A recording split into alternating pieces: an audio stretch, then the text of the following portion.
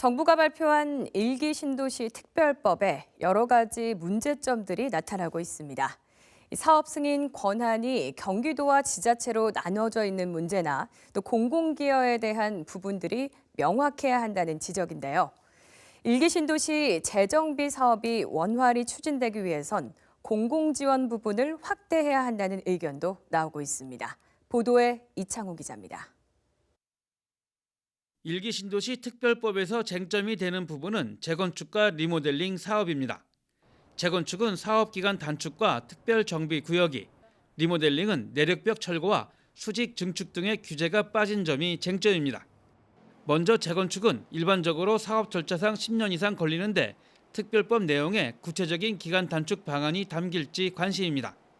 평촌 신도시 총괄 기획과를 맡고 있는 이범현 성결대 교수는 특별법에 통합심의 등 기간 단축 방안을 담은 만큼 재건축 기간은 단축될 수 있다고 설명했습니다. 기존 법에 의하면 사실 평균적으로 10년이 넘게 아마 이루어지는 걸로 알고 있는데요. 그것도 아주 빨리 이루어지는 겁니다. 조합이 결정되고. 그래서 12년, 13년은 보통이고요. 그래서 그런 어떤 기간을 전향적으로 저는 단축할 수 있을 거라고 봅니다. 물론 그 기간이 얼마가 되는지 지금 예측할 수는 없겠지만 그거보다는 훨씬 빠른 기간 내에 단기간에 재건축이 이루어지지 않을까라고 생각을 하고 있습니다.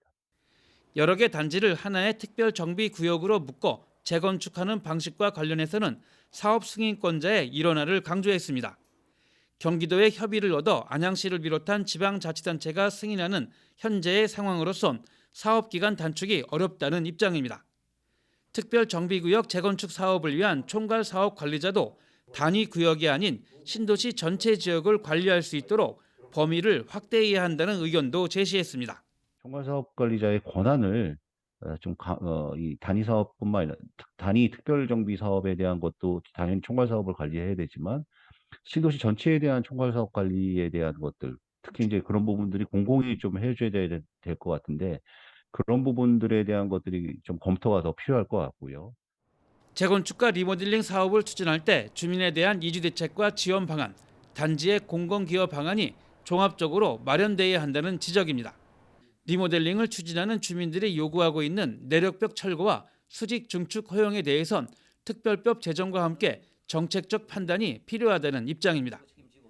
한편 정부는 올해 안에 특별법을 제정할 계획이며 이후 일기 신도시 재정비를 위한 시행령 마련 등 후속 조치도 추진할 예정입니다. BTV 뉴스 이창호입니다.